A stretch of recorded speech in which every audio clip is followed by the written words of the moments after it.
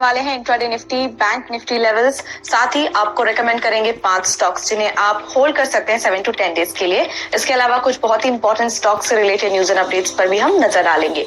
लेकिन इससे पहले कि हम वीडियो में आगे बढ़े, अगर अभी तक आपने हमारे चैनल को सब्सक्राइब नहीं किया तो जरूर सब्सक्राइब कर लें, क्योंकि डेली बेसिस पर थ्रू आउट द डे हम आपसे शेयर करते हैं बहुत सारे ट्रेडिंग, इन्वेस्टमेंट और स्टॉक रिलेटेड अपडेट्स, और साथ ही आपको स्टॉक रिकमेंडेशंस भी हम देते हैं।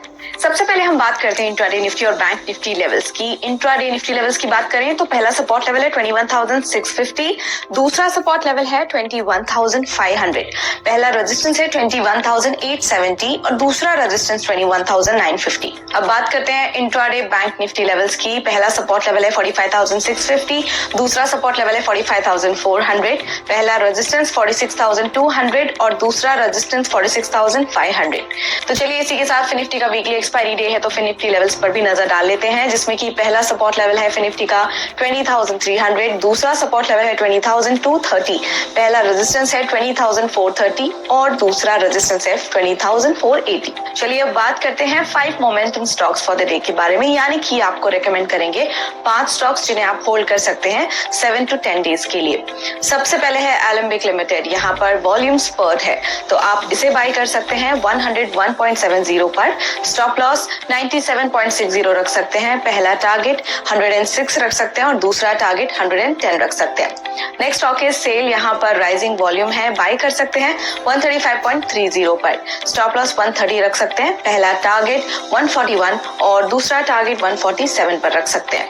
Next is Tata steel. यहाँ पर पॉजिटिव क्रॉसओवर है, बाय कर सकते हैं 141.55 पर। स्टॉप लॉस 136 रख सकते हैं, पहला टारगेट 148 और दूसरा टारगेट 154 पर रख सकते हैं। अगला स्टॉक कोल इंडिया। यहाँ पर बुलिश मोमेंटम है, आप इसे बाय कर सकते हैं 440 पर। स्टॉप लॉस 427 रख सकते हैं, पहला टारगेट 454 और दूसरा टारगेट 467। नेक्स्ट स्टॉक है ग्रेफाइट। यहाँ पर रेजिस्टेंस ब्रेकआउट है तो आप इसे बाय कर सकते हैं 586 पर। स्टॉप लॉस 568 लगा सकते हैं, पहला टारगेट 604 और दूसरा टारगेट 622 रख सकते हैं। चलिए अब बात कर लेते हैं उन कॉल्स की जो हमने आपको रेकमेंड किए थे, देखते हैं कि उनके परफॉर्मेंसेस कैसे रहे। रेडिंगटन वेंट अप 5.3%, दोनों टारगेट्स इसने अचीव किए हैं। इसके अलावा इंडिगो इट वेंट अप 3.6%, इसने फर्स्ट टारगेट अचीव किया है।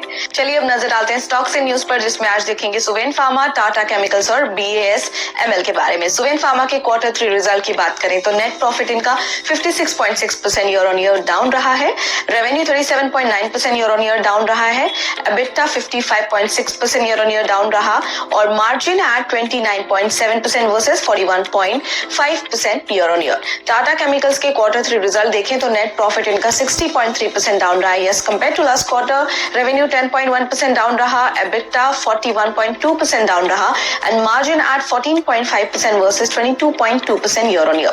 इसके अलावा BASF की बात करें तो इन्होंने साइन किया है एक MOU for the sale of equity in its subsidiary Young Brand Apparel for ₹95 crore subject to approvals।